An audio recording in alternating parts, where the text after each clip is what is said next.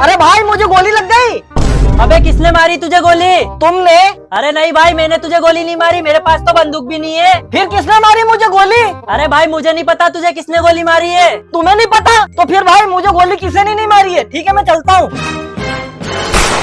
अरे भाई मुझे गोली लग गई। अबे चलो मुझसे झूठ मत बोल, तेरे गोली लगी नहीं है। अबे ये झूठ नहीं बोल रहा है, मैंने इसको गोली मारी है। तूने क्यों मारी इसको गोली?